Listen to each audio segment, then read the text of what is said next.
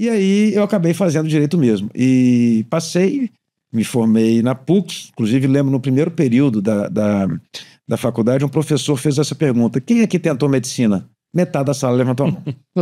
Então, eu me formei e adorava a faculdade. Eu era um aluno brilhante, e nem eu esperava isso. Me encontrei naquela profissão, achei legal, adorava, era um aluno exemplar. Mas quando eu caí na prática, passei rápido na prova da OAB e tal, quando eu caí na prática, eu me decepcionei. Eu percebi que eu não seria feliz fazendo aquilo. E aí eu comecei a repensar o que eu seria pro resto da vida. E comecei até a me entristecer um pouquinho. Eu dou um exemplo, que me perdoem os advogados, é só uma questão de impressão, portanto eu acho que eu estou livre para falar isso, sem qualquer tipo de ofensa, mas é mais ou menos como, para mim, o direito servia dessa maneira, assim, ó. Eu tenho esse copo aqui, esse copo está aparecendo na câmera, tá? Beleza. Esse copo está bem aqui na bordazinha da mesa, né? Se eu, por acaso, me distrair e bater o joelho nesse copo e ele cair no chão, ou eu simplesmente querendo, esbarro nele, ele cai, eu fui educado de uma maneira para entender que esse ato está errado. O copo estava aqui, você esbarrou nele de propósito e esse copo caiu no chão. Para mim, a faculdade de Direito serviu como um reset cerebral. Eu resetei minha cabeça. E comecei a ficar condicionado à seguinte pergunta: será que você não esbarrou sem querer? Será que o ar-condicionado não jogou um vento nele? Não foi você exatamente, mas ele caiu pelo ar do ar-condicionado. Talvez a sua voz vibrou a mesa e fez o copo começar a andar e cair. Então essas coisas começaram a me dizer: eu não quero viver com isso, não. Eu sou do certo e errado. Eu não quero esses poréns. E comecei a me estranhar em minha vida depender de tanta gente, ou seja, a sua vida depende de um oficial de justiça, de uma decisão judicial. O advogado bom é aquele que ganha. O advogado ruim, em tese, é aquele que perde.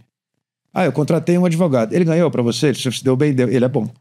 Você ganhou? Não, mas um juiz deu uma decisão e eu não concordo com ela. Depois o tribunal manteve a decisão e tal. Para o cliente, você é ruim. Então eu só não queria ter essa vida, mas eu não fazia a menor ideia do que eu queria. E nesse momento, eu comecei a ter uma leve admiração por um cara que se chama Jamie Oliver. Um inglesinho, totalmente despojado, às vezes até além da conta, mas eu gosto desse jeito dele. E eu, até esse momento, não tinha o menor interesse. Eu não ficava na barra da saia da minha mãe. Minha mãe nunca me ensinou nada. Eu não tinha o menor interesse por comida. Eu não sabia fritar um ovo até 28 anos de idade.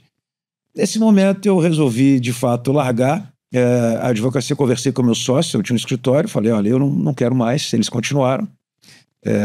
E aí, me enveredei, fiz um curso que se chama CCI, Cozinheiro-Chefe Internacional. Era um convênio do Senac São Paulo com o CIA de Nova York, hoje uma das maiores instituições de culinária do mundo, até desbancando algumas francesas, por exemplo, Paul Bocuse, o grande chefe contemporâneo da França. O filho dele, que também é chefe de cozinha, se formou no CIA de Nova York. Engraçado, né? Você tem um francês tão clássico se formando em Nova York. Mas eu acredito piamente de que isso tem a ver com um dom que eu não sabia que tinha, ou que outros também. Joël Robuchon foi um dos maiores chefes da história francesa e nunca entrou numa sala de aula. Então isso não é requisito. Mas eu me encontrei e costumo dizer que o meu segundo tiro no escuro, que o primeiro também foi, eu acertei. O primeiro não, mas o segundo eu acertei. E aí eu comecei. Foi assim. Legal.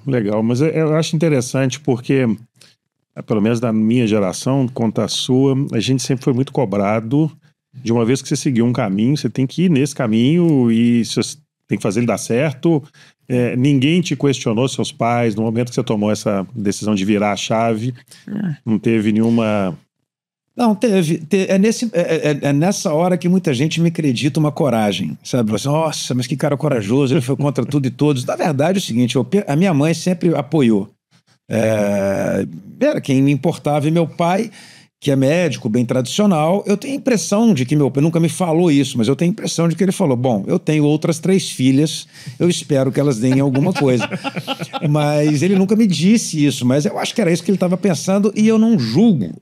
Porque eu tenho filho hoje, e se eu estivesse no lugar dele, naquele momento específico, no momento em que essas duas profissões se apresentavam, Eu também pensaria isso.